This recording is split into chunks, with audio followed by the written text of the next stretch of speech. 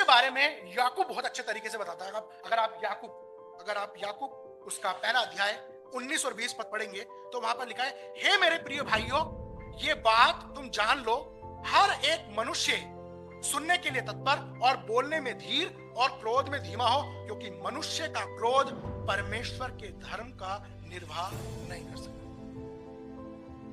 अगर आप English translation के अंदर इसको देखें तो वहां लिखा है, slow to anger, for the anger of man does not produce righteousness of God। वो कहता है कि क्रोध जो है ना, वो धार्मिकता को उत्पन्न नहीं करता है।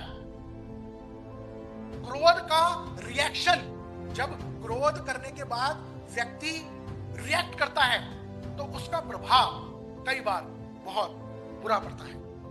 और वो कहता है कि क्रोध करने वाले व्यक्ति के द्वारा धार्मिकता, परमेश्वर की धार्मिकता उत्पन्न नहीं होती है, बल्कि गलत ही हो जाता है।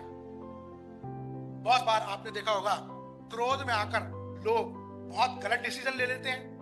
क्रोध में आकर लोग कई बार अपना नुकसान उठा लेते हैं। क्रोध का प्रभाव मनुष्य के जीवन पर तब बुरा पड़ता है जब वो उसका गलत तरीके से इस्तेमाल करता है। क्या हमें क्रोध करना चाहिए? Be angry is not a sin. क्रोध करना पाप नहीं है। कई बार माता पिता बच्चों के ऊपर क्रोध करते हैं ताकि उनको करेक्ट करें। कई बार बॉस अपने एम्प्लॉय के ऊपर क्रोध करता है ताकि उनको सही मार्ग पर लेकर आए अगर वो कुछ गलती कर रहे हैं तो।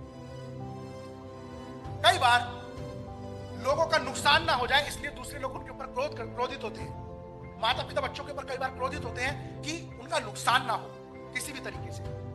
क्रोध करना पाप नहीं है, लेकिन अगर क्रोध इनएप्रोप्रिएट वे में किया जा रहा है और उसका रिएक्शन किसी व्यक्ति के ऊपर गलत पड़ रहा है तो वो गलत है।